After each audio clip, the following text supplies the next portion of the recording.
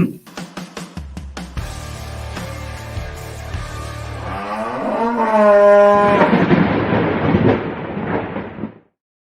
quite fast for someone that feels hungover. Hey, I'm Matt Mulholland. This is Remington Huggins. Hey, everybody. This is the Listen to This Bull show, the show where you get to ask us questions live and we'll answer it. That's and exactly right. Usually have some odd questions, and we're not opposed to answering the odd questions at all.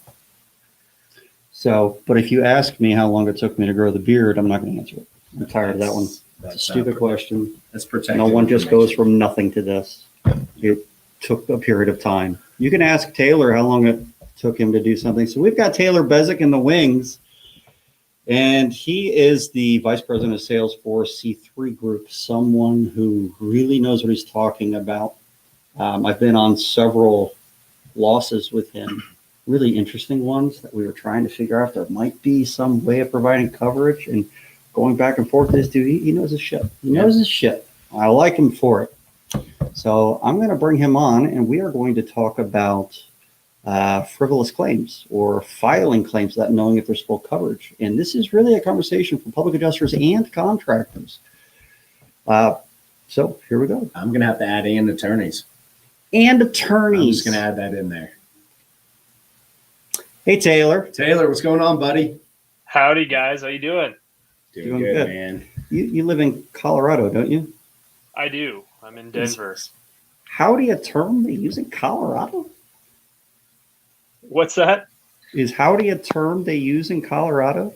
Maybe I've been in Texas too much. You might have been. Yeah. Do you happen to have a giant belt buckle on right this second? You know, well, I'm in my work from home casual civvies, so no belt buckle. That's only for going out. There you go. So you're going to the line dance. Last time I saw you, you actually did a presentation in Dallas. It was right out. That was a C3 event with some contractors. You did a great job. I know you know what you're talking about, man. That's why you're on the show. And you've got your hockey face on. Yeah. Is that what you were talking about asking him? Is it the mustache? That's work product right there. Yeah. Yeah. How long did it take you to grow that? Did you go from nothing to that? No. So how you grow a mustache is you grow a beard much like yours, Matt, and then you just cut the bottom off. Yeah, growing a mustache solo is a very unpopular endeavor, so I don't advise it. Unless you're in the 70s. If you live in the 70s, I think it's okay. Right. Or if you're Hitler. We shouldn't laugh when you and Hitler in the same sentence, but no, Hitler's funny. It's been long enough. It's okay. What did Dale say? It's the mullet. It may be the mullet. The awesome mullet talking. You do have a mullet, don't you? I've heard about this. Some say yes, it's a mullet. It might be a contemporary mullet. What does the wife say? Because that's really what matters. That's the determining factor. You know, I'm from Minnesota, and I've taken her back enough where I've convinced her it's just hockey hair and not a mullet. So, but I've got family in South Carolina who swear it's a mullet. So it depends on what part of the country you're in. Yeah, well, I'm voting mullet. I guess when you go above the Mason-Dixon line, it turns into hockey hair. I think that's where the cutoff is right there. So, I think it looks good. I think you're sporting it well, man. That's high praise. All right, so we brought you on to talk about the issues in filing claims, and you don't know if there's enough coverage, or you're making assumptions of coverage. From what I understand, you've been talking about this all over the place. Yeah, kind of got thrown into that after, conversations we've had and just trends we've been seeing in the industry, specifically in Texas. I mean, as everyone knows, this year, Texas has had a pretty consistent string of significant hailstorms pretty much all over the state. And while that's, a good thing for our industry, from, contractors all the way up to attorneys, what we've been seeing is a lot of policies with really prohibitive provisions and language that have serious implications and considerations for the decision to file a claim and, what an insured and then ultimately a contractor, public adjuster, attorney's best day is with regard to an outcome as far as indemnification from a carrier. So it kind of, piqued my interest of, all of us are guilty of this. I mean, pervasively throughout the industry. We tend to overlook bad facts in light of good ones, especially when you have a wind event or hailstorm that causes significant damage. There's a whole other Sure. side of it, which is the primary governing document that gets the insured and subsequently all of us paid, and that's the policy. And our time is our most valuable resource, and if you're investing time and effort into an endeavor in the form of a claim that's ultimately not going to bear fruit for the insured and the contractor and the insured's representatives, it might be better to look for other options for financing, or B, move on to the next one and spend your time more efficiently finding a good claim to work that is going to benefit you in the long run. So if we're treating a claim like a woman, follow me. I'm ready for this right here. I'm getting pumped. We're going to go down this rabbit hole. And you're overlooking some of her faults and blemishes, and maybe the fact that she annoys the shit out of you because she's got a nice butt, right? Good facts versus bad facts. Mm-hmm. At some point, her butt will become less important, and the crap and bullshit coming out of her mouth will drive you so insane that you'll either want to walk away from it at that point, but feel comfortable and stuck in that relationship. Maybe you put a ring on it and you shouldn't have because you enjoyed the extramarital benefits. I don't know. Is it extramarital? No, that's in the possible. Once you put a ring on it, it's marital. Yeah, marital benefits. They're not extra. Yeah, you're still paying. You might go for it. seek extramarital benefits because you're just so fed up. So you need to know what's going to come out of her mouth before you really start looking at her ass. Yeah, I don't know if I want to be associated so much with that metaphor, but it's kind of, I mean, a nice butt isn't going to fix a bad attitude, I guess, if that's what you're saying. Yeah, I mean, yeah. So for a little while, maybe. Yeah, a little while. So you got good facts, you got bad facts. In an insurance claim, sometimes having both isn't terrible. There's always going to be some bad facts. Definitely when they get to Remington, there's always at least something. It's never a perfect case. Never is. Exactly. So how do you know when there's too many bad facts versus enough good ones to overcome it? I think it's, looking at the whole situation, not just, so you have an in with the insured or the main representative for a property. And let's say, for hypothetical reasons, it's a hailstorm. That's what we deal with a lot, excuse me. And you get up, you walk the building, and there is, clearly evidence of significant hail damage, enough to where you'd be like, yes, this needs to be fixed. It needs to be I got to pause you for a second because I made a stupid metaphor, and now my wife is commenting, this isn't good. Yeah. That's why I... Sorry, babe. I love you. There's nothing extramarital going on. All right. That's it. Keep going. So, it's really, you have two sides of it. You have the damage exhibited and what needs to be done to repair, fix, rehab the property to pre-loss condition. And then there's the other side of it, which is the policy and, what it's going to take to get an insurance carrier to indemnify the insured to the extent where they can do the work that is proposed to be done to remedy the damage. And then there's also the time consideration. How much time is it going to take to go down that road and get that money from the carrier?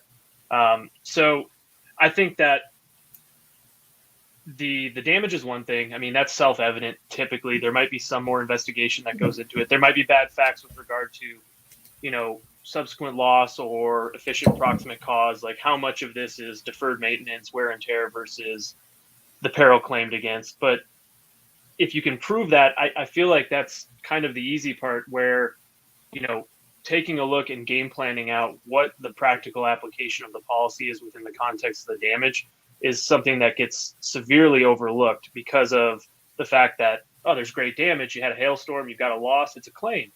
File a claim, you owe your deductible, we'll take care of the rest, and then we'll move on to the next one.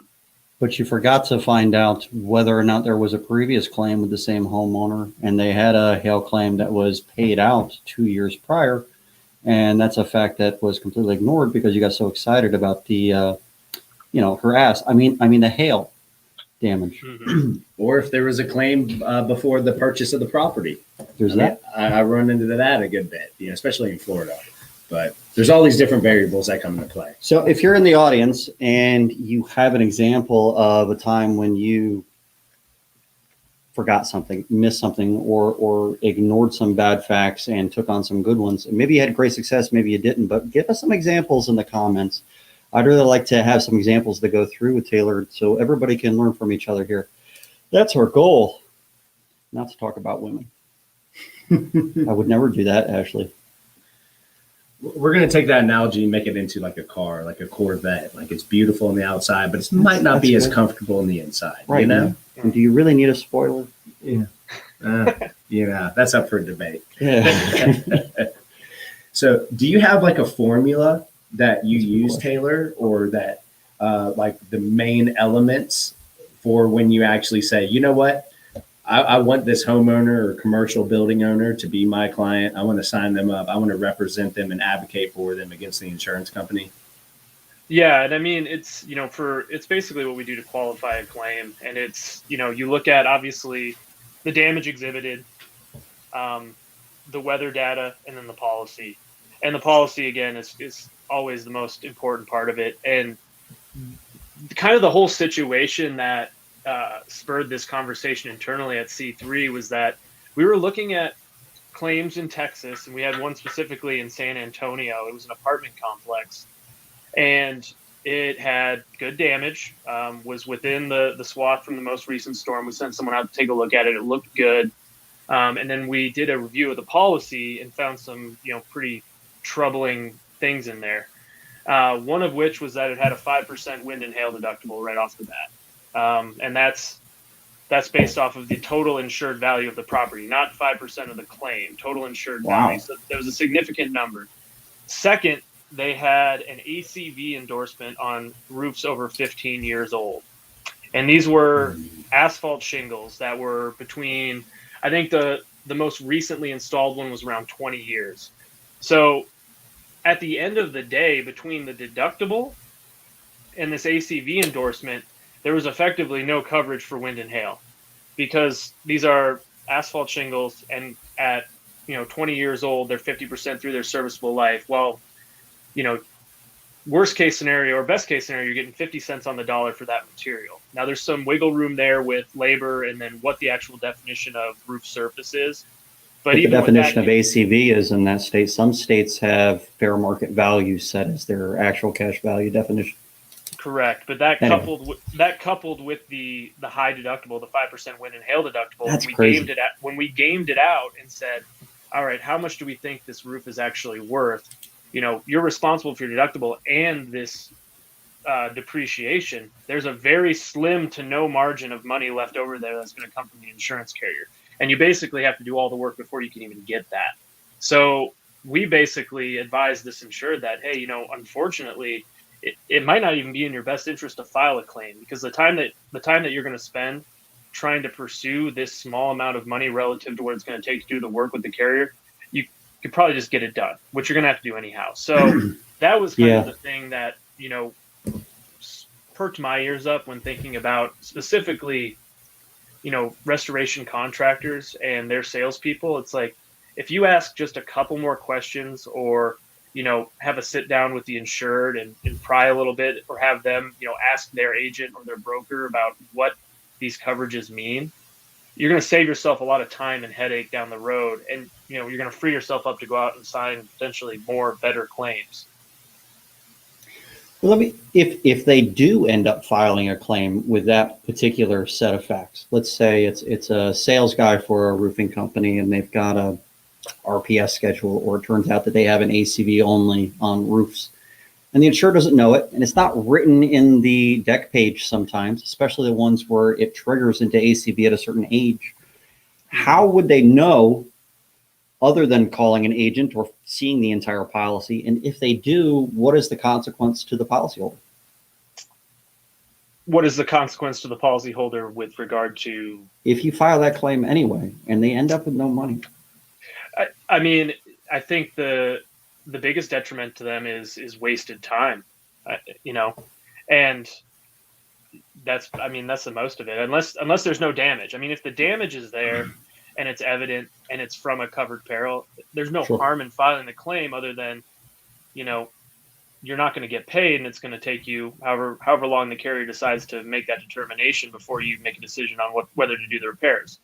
There is the possible issue of having them come out, look at the condition of the property, deny the claim, and then non-renew your insurance because they're not going to pay the claim, and now you have a damaged asset. That's happened to me quite a bit. Yes, so that's one of the things that they're going to put eyes on it, note that it's damaged, say, I'm sorry, there's effectively no coverage here. They might even write you a full estimate for what needs to be done and say there's $100,000 of damage, but your deductible is so much and your depreciation is so much that we're paying you little to nothing, and now there's a previous claim on it. So even if you go and get new insurance, there's this $100,000 estimate that effectively paid zero out there hanging over your head.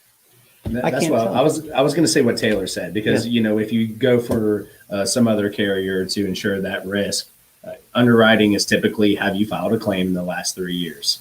That goes into the premium. That's I've been asked 5 years when buying a house recently. They were asking me for a 5-year history.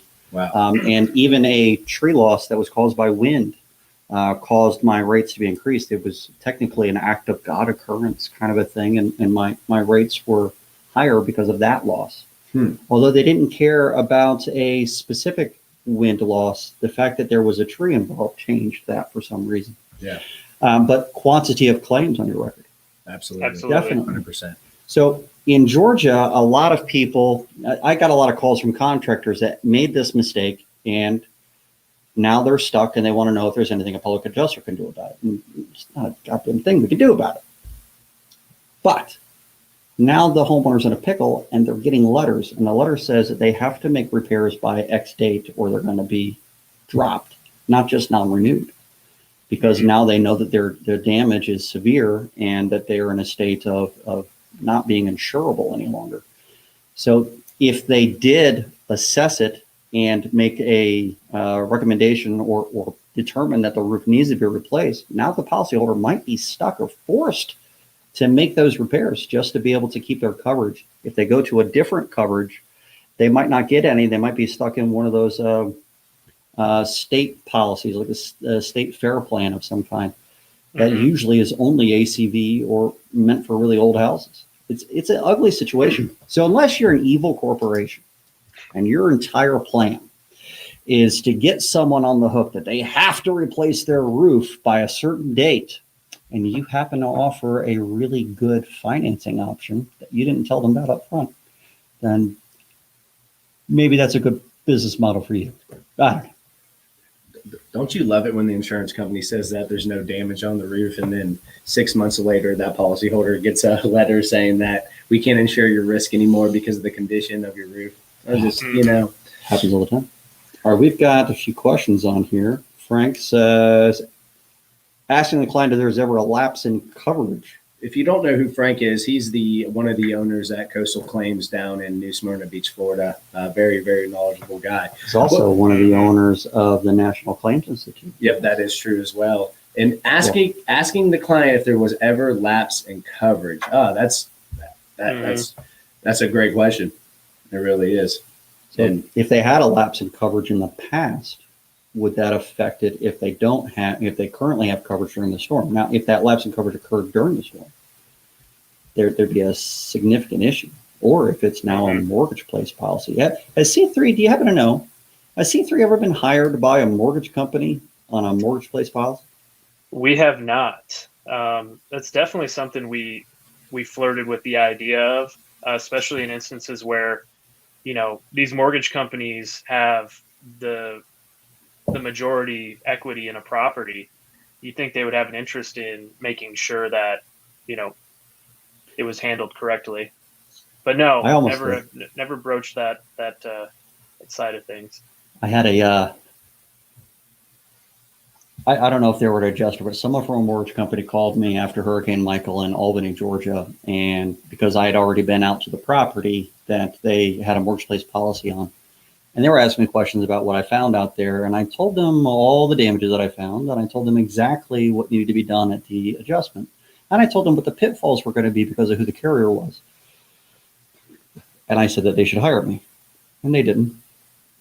And then the day of the adjustment, I happened to be in the same neighborhood. I didn't know. And I'm watching them out there on this roof, and this dude in a business suit is up on the roof with the guy. So he must have been the mortgage guy. And you can see him fighting tooth and nail with the adjuster. And, you know, I felt pretty good about that. I wonder how that turned out for him. Yeah, it's funny that Frank said that. Literally in the last week, I had somebody come to the office in which was a complete fire loss, and their policy lapsed 2 days. And within that 2 days, they had a complete fire loss. Are you serious? That's serious, man. That is a tough pill to swallow for that homeowner. Crazy. It's a shame there isn't an automatic placement of the Georgia or the state's FAIR plan in those situations to at least cover the named perils. Yeah, and what I'm doing is I'm doing a deep dive into some research to see if there's anything I can do, because I feel for them. That sucks. No other. What if the cause of loss was determined to be a faulty circuit that was installed a week before? Then the date of loss would technically be that week before, wouldn't it? No, the date of loss would be the fire, not the fault. That's the ensuing one. Hey, we can try to argue that, but common sense tells me so. Otherwise. There's different. Hey, facts. I might just do that just to have fun and see what happens. Yeah. All right, we got an example here. Dale Shelton, isn't this one of your attorneys, Jonathan? Yeah, he's one of my partners down in Florida, property claims attorneys. Dale Shelton is. 7-figure commercial loss via hurricane wind. Poor record keeping on insured's part meant full disclosure of prior repairs didn't come to light until discovery. Now stuck with very bad facts.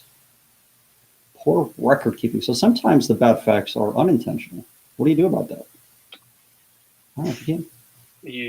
I mean, we always ask for maintenance history, prior claims, any piece of information that would give us insight into how the property got into the condition it was prior to the event happening, and what could have possibly contributed to the condition of the property outside of what we believe to be the most efficient proximate cause, which is going to be the peril claimed against.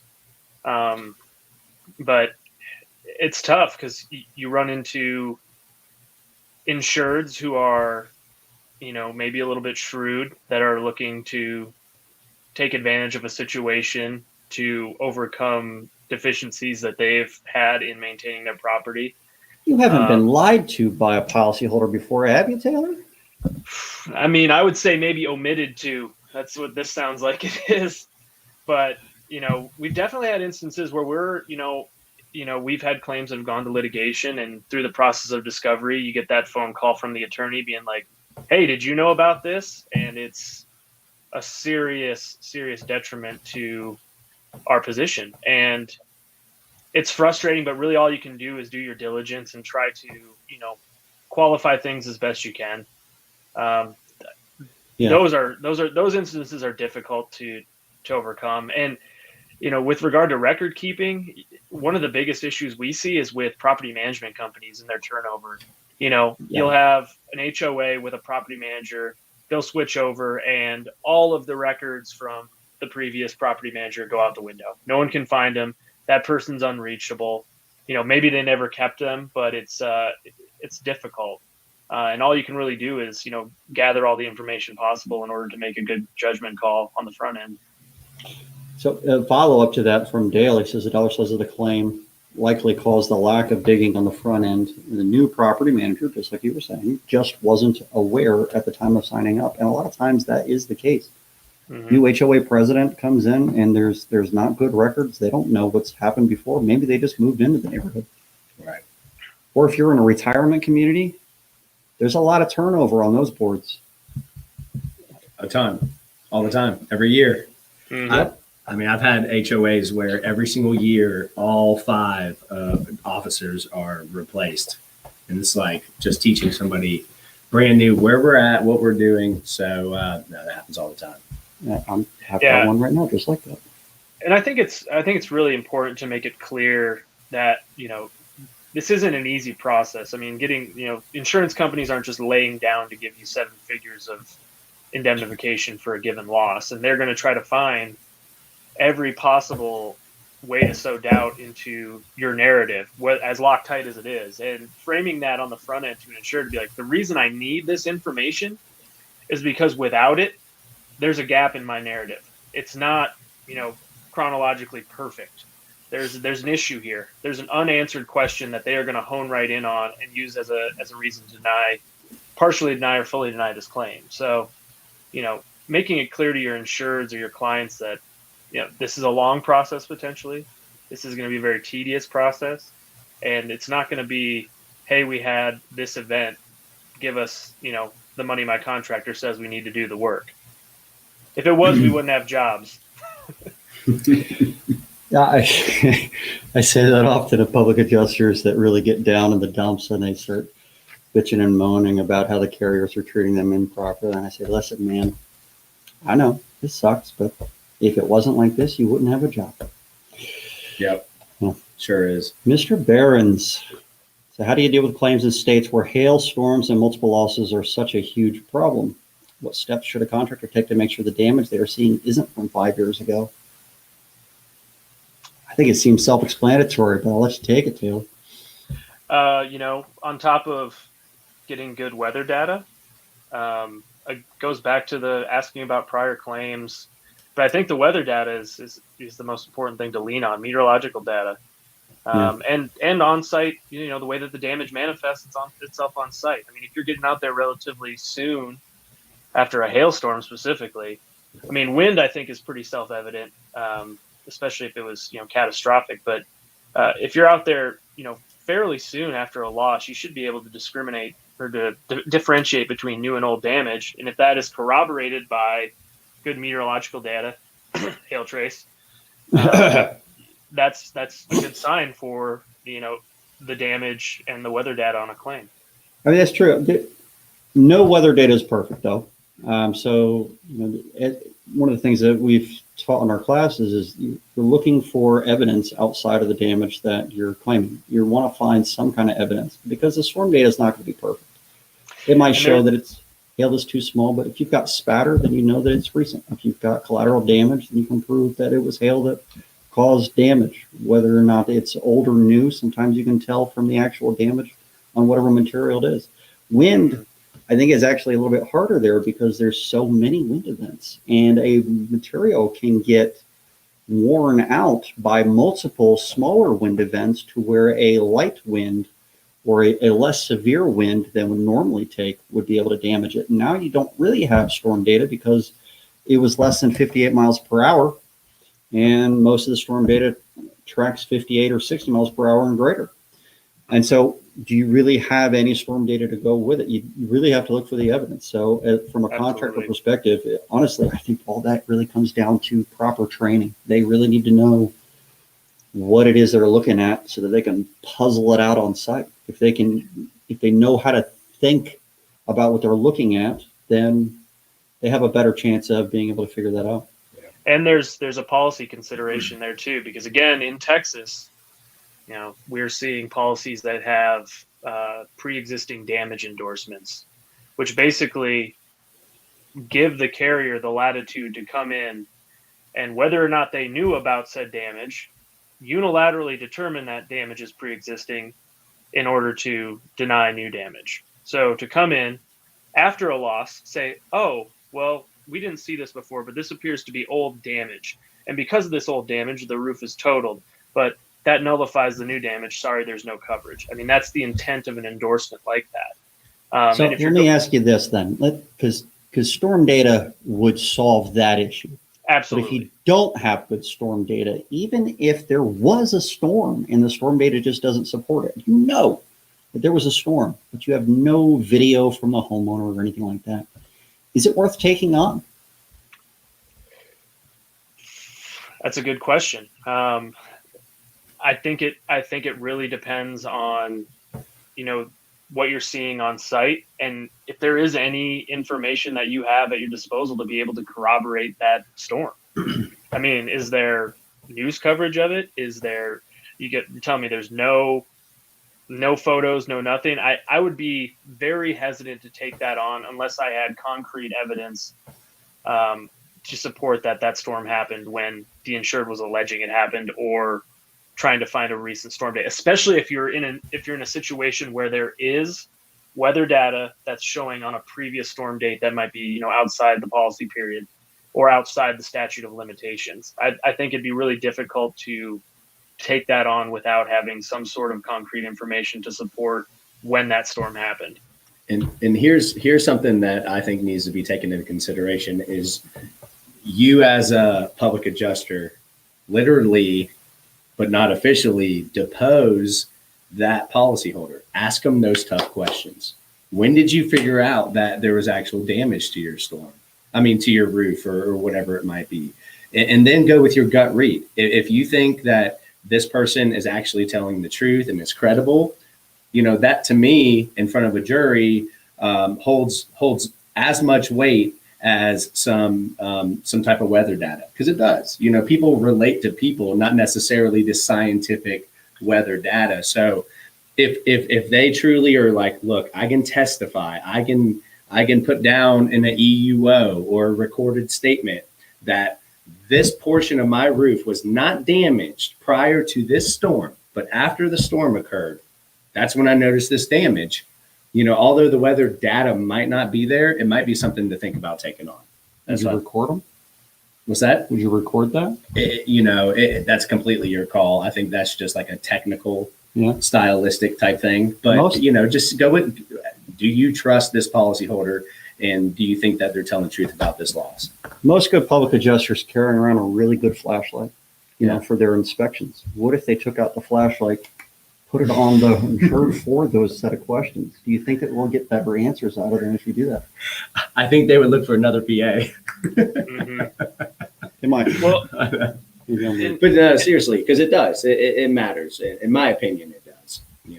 Having that conversation. And, what about the next door neighbor or the next commercial property owner? Did they visualize the storm?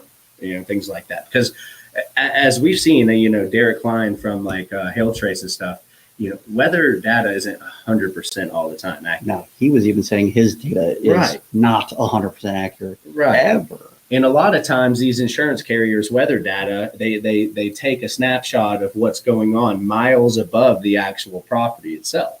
Isn't that true? Yeah, remember when we had Matt Phelps on? I did. And he was telling us that hail is going to fall from wherever it's observed in the weather data. And between where it falls, where it's observed, and when it hits the ground, it's not going to go straight down. Yeah. There's going to be wind affecting it. It's going to move. So the data, the map might show where it was observed at altitude, but it could fall 6 miles away from that spot. So having good storm data is very useful to prove your point on a claim, but it isn't. You can't. It's going to be hard. Absolutely. It's going to be hard to win a claim without it. Yeah. And that's part of the problem. So this is what we're talking about. How do you juggle a bad claim fact? And the bad fact might be that the storm data doesn't support it, even though the storm data is wrong. Yeah. All right. 6 months. Laugh out loud. There should be a way to laugh that automatically makes it laugh out loud. Maybe you stick your tongue out while you laugh. So I don't have to say LOL. Just do the emoji now. You're good. I can't do the emoji. Oh, the emoji doesn't have a beard. Okay. We have 3 right now. The insured got letters within 2 weeks of the adjuster's inspection telling them they didn't have enough damage for the storm, but the letter said, fix your stuff or lose coverage. That's happened to me too. That's crazy. And meanwhile, there's probably an underwriting file from when the policy got renewed saying the place is in perfect condition. Prime candidate for coverage. So if you're a contractor going into situations like this, it's probably a little bit harder, but there are ways to determine if there's some pre-existing damage. You could download the desktop version of Google Earth Pro. Mm-hmm. You can go back in satellite images and see if the damage, especially if it's like missing shingles or something obvious from the sky, see if it was there a year prior. And there's this other company Frank keeps telling me about, and I can never remember the name of it. Maybe he's still watching. He'll post it on here for me. But another company you can go and purchase previous images from that are a little bit closer and a lot easier to use. Hopefully he posts on here. He's probably not watching anymore. Did that ever happen to you though? That's really quick. 2 weeks. Mm-hmm. All right. This is a long one. From Jen. I know Jen.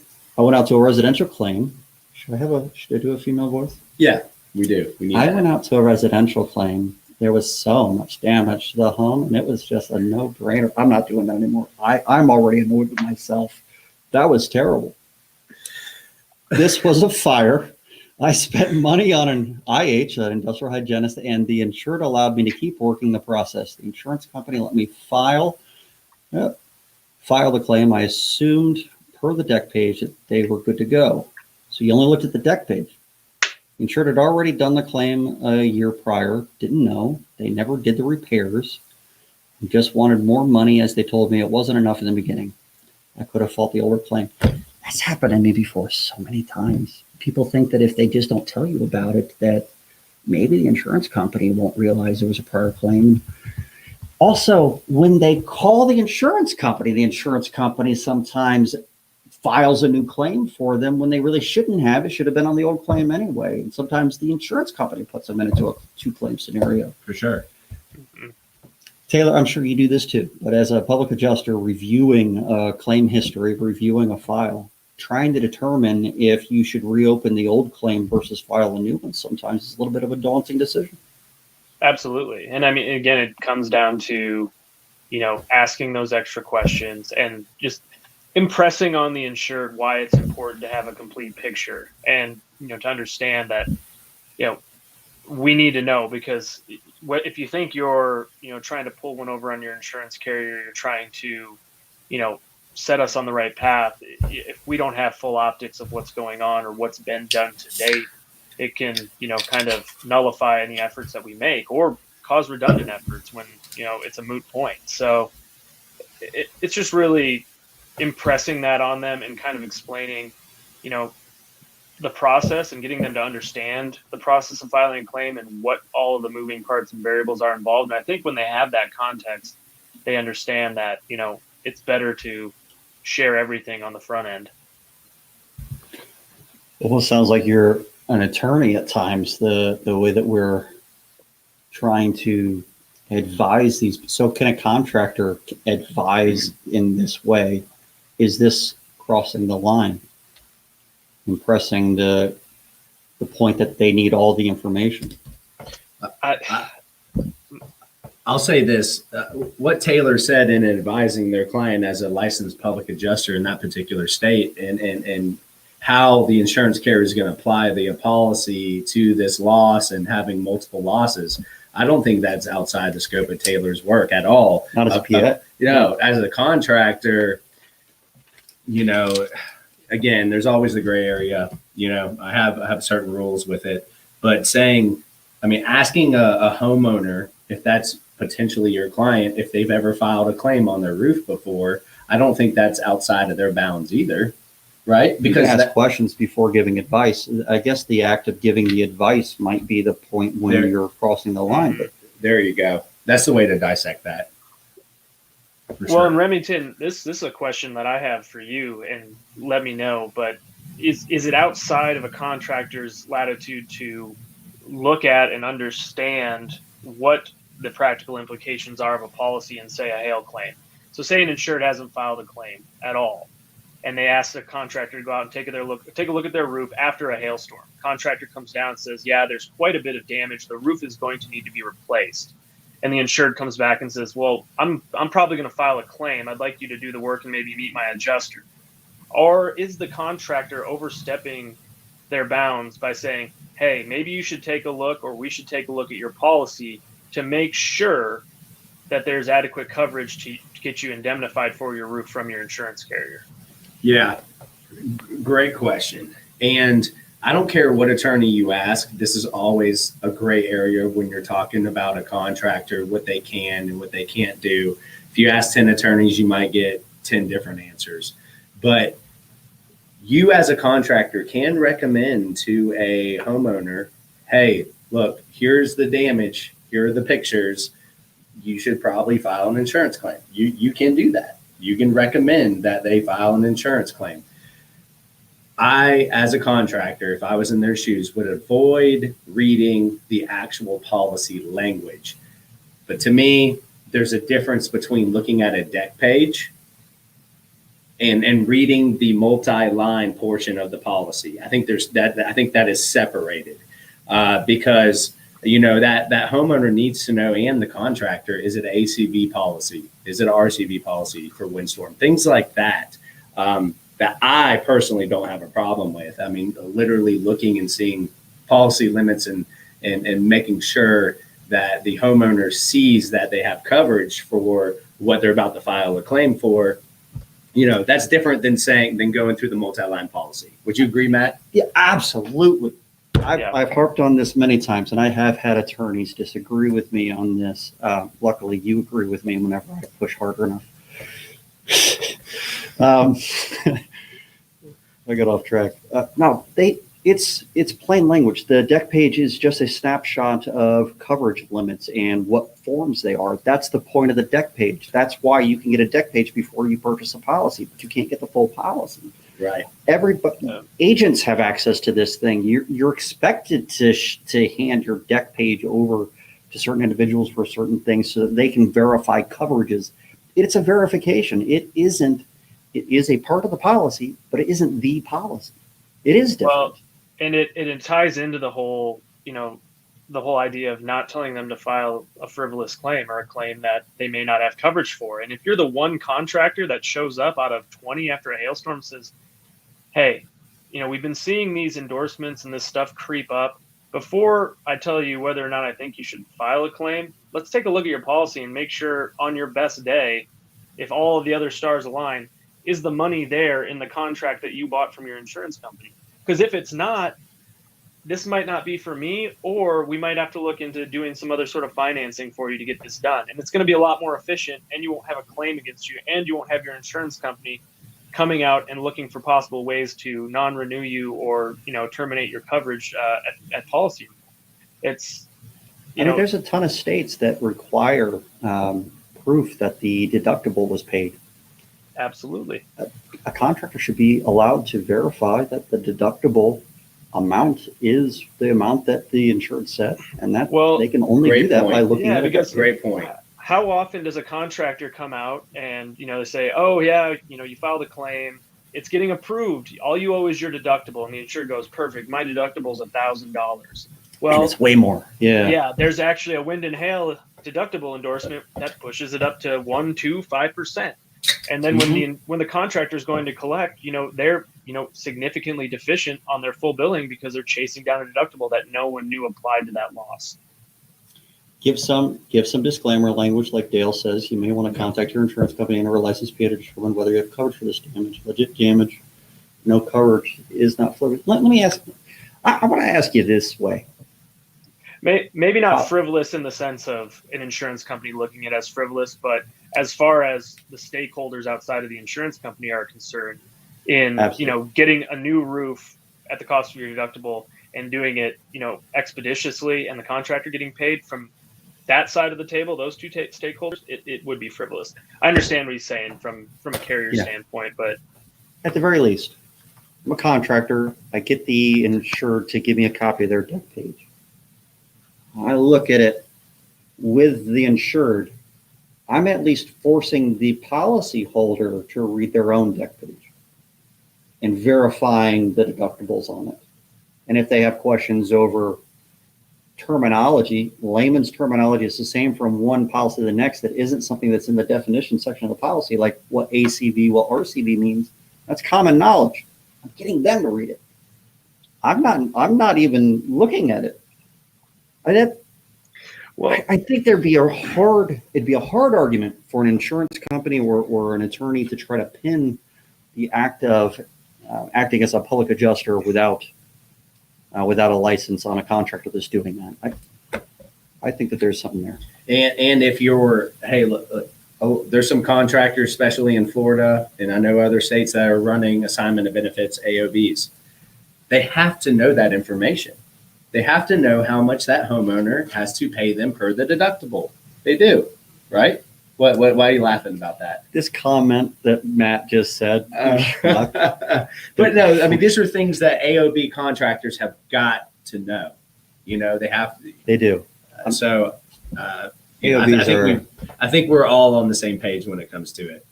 But Oh, let's see if I can find where we were at. we have a bunch of comments for you, Taylor. We have a bunch of Oh questions. gosh. Facebook user. I think it's a must to avoid accusations of fraud when submitting a proof of loss to make sure every possible fact is uncovered and we can make an adequate assessment of the damage. Put your client in the best possible place by uncovering all relevant info on the front end. Facebook user, you're a very smart person. Mm-hmm. And I mean, I bet you Remington can attest to this. I mean, a bad fact isn't going to torpedo a claim. And actually, disclosure of bad facts up front, it might help you in the long run to be like, I understand that this roof leaked before, but it leaked significantly more and it's documented after this date, the claim date of loss. So it'll at least give you something to track down. You know, if you know it up front, then you know that you need additional evidence and you'll go and get that beforehand, before filing the claim, hopefully, but even after, before really submitting anything. Yep. This is a good question. Incorporate our property records permit search on the front end to help construct the timeline narrative. I haven't. It doesn't mean that you shouldn't, but we've definitely looked into permits to see when roofs were put on last. It's not always accurate, but if it is there, it's definitely a helpful piece of information. Go to the tax assessor and permit search and see when work was done, when permits were pulled. Let me tell you, the first time I did that wasn't that long ago. This is a failing of Matt. For whatever reason, the idea of going to a tax assessor's office for anything gives me the willies, man. It feels weird. It feels like I don't know how it feels. It's just. It's really important, especially with those ACV roof endorsements or the depreciation schedule endorsements, because when it was installed. And especially with HOAs where there's high turnover. I have a claim in Minnesota where, the board president swears the roofs were put on in 2015, and come to find out based on the permit search it was 2012. It makes a difference because there was another storm within that window between 2012 and 2015. If it was 2015, we're free and clear. There's no dispute whatsoever. Mm-hmm. But that, knowing your timeline and your chronology is really important in these losses, because no building is perfect. No one, keeps things pristine. So I can tell you this, when it gets in my hands as the attorney, defense counsel has pulled all permits. They do a permit search. They have a list of boxes to check off on what to do with each property every single time it goes across their desk. Searching for permits is 100% one of them. They want to know the age of the roof. And also, if the roof was already replaced and I have a public adjusting estimate for $100K and the permit's pulled for 70, they have issues with that. But I always, hey, it's just an estimate, right? It's not to the penny. But still, they look at it. They will know. They will find out. That's true. I kind of wish Kat was here. I'd ask him for the contractor perspective on this, but is it a smart move, even if it's not required in that municipality, to file a permit when you replace a roof? I don't know. Any contractors watching this that happen to know the answer to that, please post it in the comments. If John Fielding, the neck tattoo man himself, is on here, I'd love to hear from him. Hey, he's smart. He knows his stuff, man. I'm telling you. If you guys ever run across neck tat, make sure you have a conversation with him. We did a video after you left. Yeah, did you? Call it Hats and Tats. Hats. I love it. All right. Let's go over that. On-site collateral indicators trump weather data. I agree. I've seen 3-inch hail markers where there was no hail in 3-inch entirely outside of a hail swath, fresh spatter, everything showing legitimate hailstorm, yet not inside a swath. That happens all the time. You've got to dig deep and investigate the property entirely. And worst case scenario, you find yourself an expert, like an engineer, to go out and make the determination for you so that it's a third party making that call. And then you have data. But if you don't have a hail swath that shows hail in that area, and you don't have spatter, they're going to say it's older, and you're going to have a hard time. It's the collateral indicators in the narrative of on-site damage is important. And it's not difficult to differentiate between new and old damage. Yeah, to your point, Matt, if there's no spatter, it's probably not new. And to your point before as well, I mean, hail swaths and radar indicators are not perfect. So you can always take liberties with, a property that might be outside of a swath but is near another swath. And again, you can interview, if it's a commercial property where there's tenants, interview the tenants, look at cars, look at power boxes, look around and see if anyone else is, having their property inspected. There's indicators there always, and new damage presents different than old damage for sure. Everybody has cell phones these days, and when it hails, so many people are going outside and recording it because they want to show it off on Facebook. There's evidence in your area. Nextdoor, that app, if you happen to be in an area, download the Nextdoor app for that area. Somebody recorded it. Somebody did. I'm glad this question was asked because I've I heard didn't you even think answer to go this down question here. before. Take it. This is a good question. What do you think about water damage claims with an unknown data loss? And let me add on to this, Taylor, and I want to let you answer it. How do you feel about dates of discovery? I think it goes back to the policy and what happened. There's vacancy provisions, so that's one thing to be considered. Were you there? Is it a tenant in there? And then the other, we have a policy in Iowa right now where the statute for legal action against us, the carrier, is 2 years from the date of discovery. So the date you found out of it, which is a very good provision. I've never seen that before. We found that's in the policy. Is discovered. I've never seen that before. I believe the language is from the date you found out about the loss. But the thing with water losses is, is it sudden or accidental? Yeah, is it sudden and accidental, or has it been going on for a long time? There's a lot of coverage for seepage, even. And if it's seepage, then it's been going over a period of 14 days or more. How do you know when it started? You'd have to be a data discovery in that situation. Here's the fact pattern I use for this question. Taylor, his wife, go to the Keys for 2 weeks on vacation. They come back, they find 3 inches of water, God forbid, in their house. Like, what's the data loss, right? Or is it the data discovery at that point? What's the data loss? That's a good little fact pattern for that question. Is it the date that the circuit breaker was installed improperly, or the date that the fire started? Yeah. With that loss. I'm about to find out. Good question, though. It is a good question. So let's talk about it for a hail loss, though. There might be storm data, but the storm data shows like 5 years ago. And you've got storm damage. Do you file a data discovery because it's the first time the insured found out that they had damage? Right now, there is case law in many states and a lot of cases that are about to have case law in many states for what is meant by prompt notice on hail and wind losses. Well, I can say Florida, there's a statute, it's 3 years. You have 3 years to file a claim with a named storm or a windstorm on a roof surface.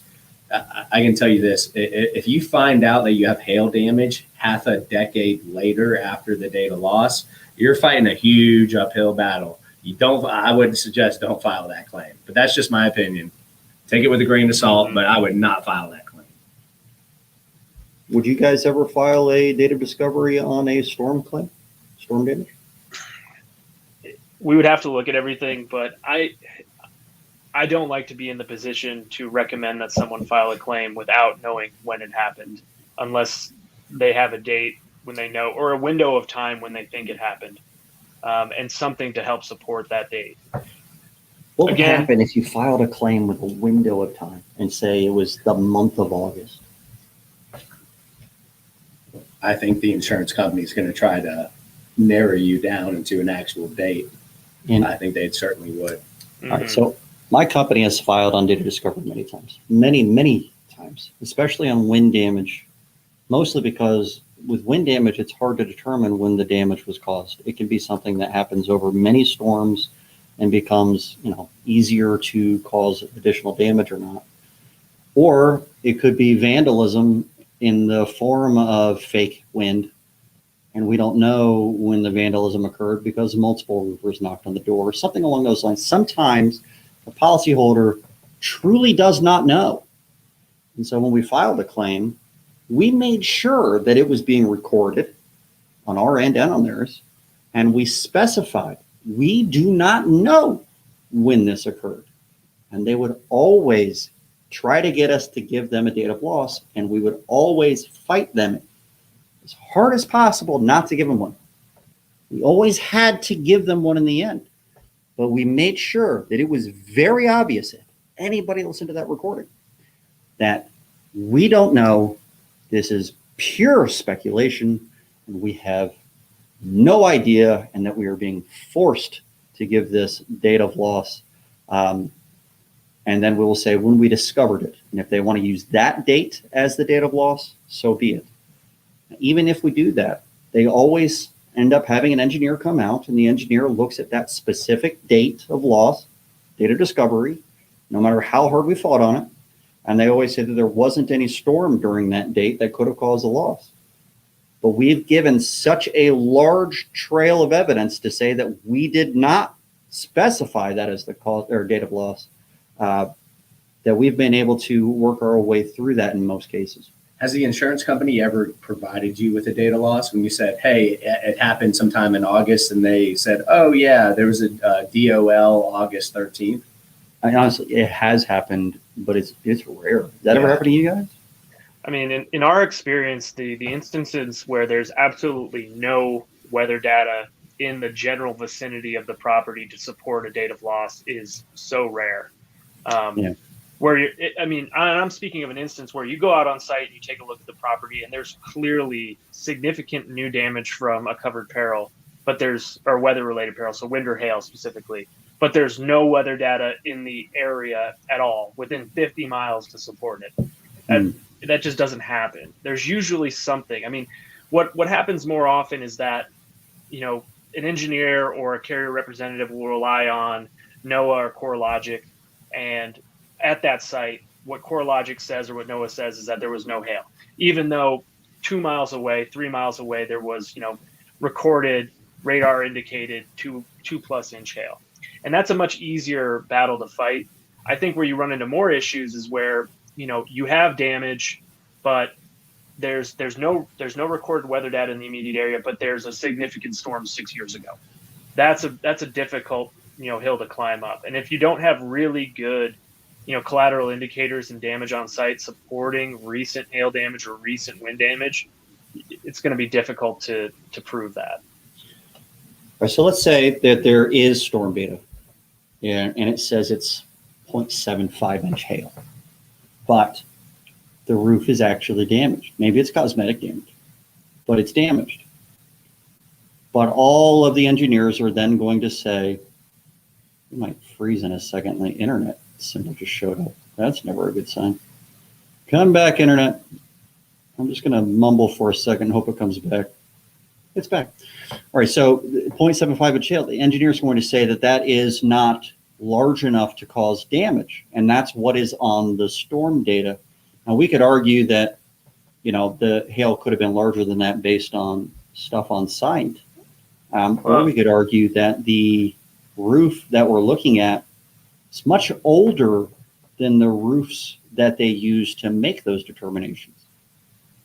Yeah, those assertions that are made, that these blanket statements that are, it takes 1.5 inch hail to damage, a single ply membrane, for example, or something like that. Those don't take into consideration any of the variables that happen within a storm or on site. The age of the roof, the condition of it, and then as well as the spectrum of the size of hail. Yeah, the majority of the hail might have been 0.75 inch with, a couple 1.5 inch, 2 inch stones sprinkled in there for a very short period of time. And to go back to Matt Barron's comment that he made, I mean, on-site collateral indicators trump any sort of empirical data or, white papers or studies that were ever done.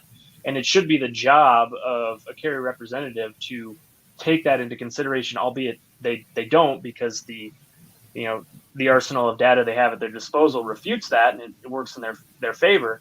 But, if you have, 3 inch spatter and, major dents and all this other stuff, like, you got cars with windows busted out and hail traces saying 0.75 inch hail, it's pretty freaking evident that it was not 0.75 inch hail that hit in this area.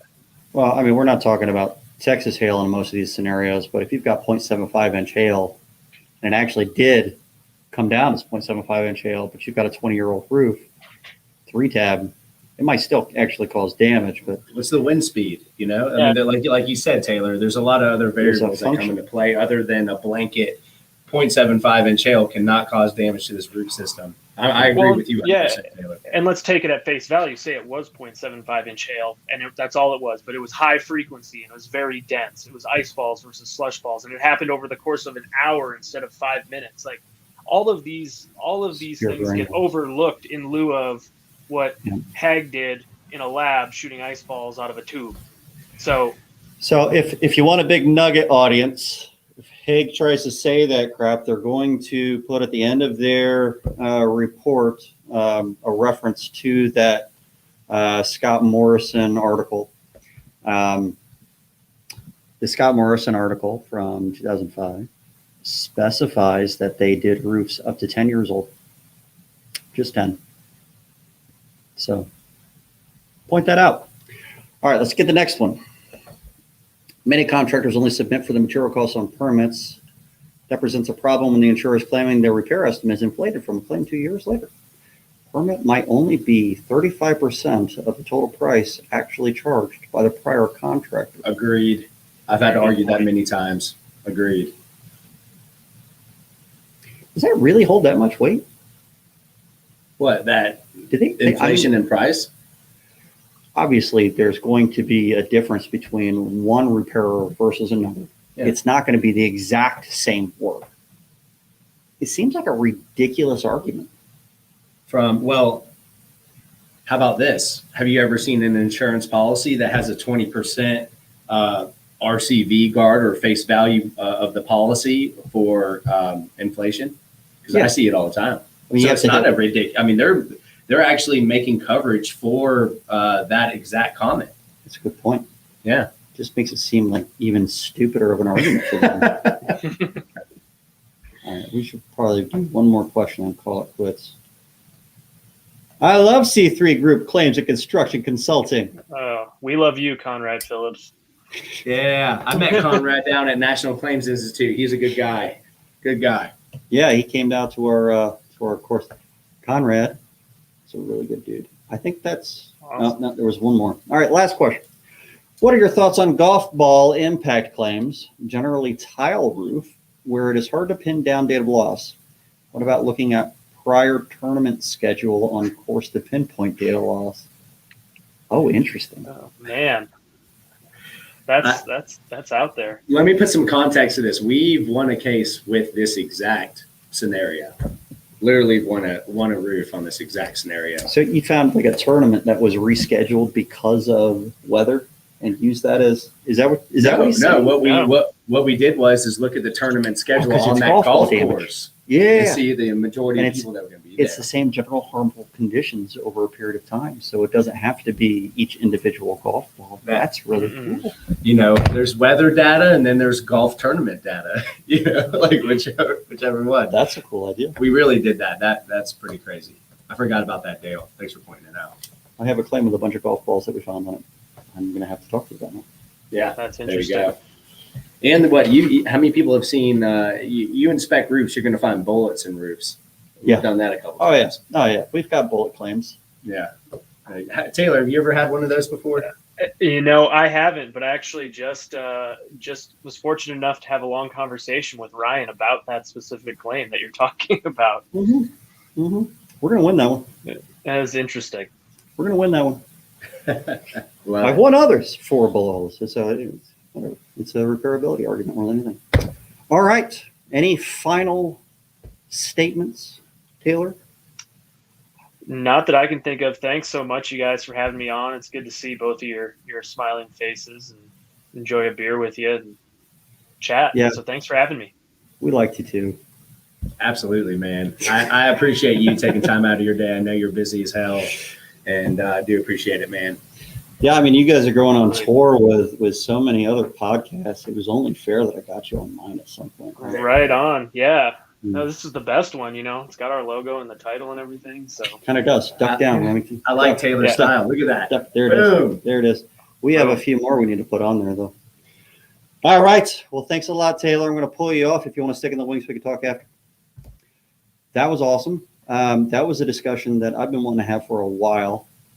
There's a lot of things in there, especially about the data discovery issue. I get that question so many times from contractors. All the time. All the time. All the time. And we So- got in the weeds a little bit, which I know you love. That's the way to go. Absolutely. Weeds are fun. Taylor, he knows his stuff. I've heard him speak live before. Great guy. Like I said, knows his stuff. And man, I had fun today. That was a good time. Yeah. Yep. We have a quick announcement to make for National Claims Institute, if you guys will allow us to use this format for that. The next class that we had scheduled, we're actually going to push back to November. I'm going to contact those that have already purchased tickets and come to some kind of an agreement with them, some concessions.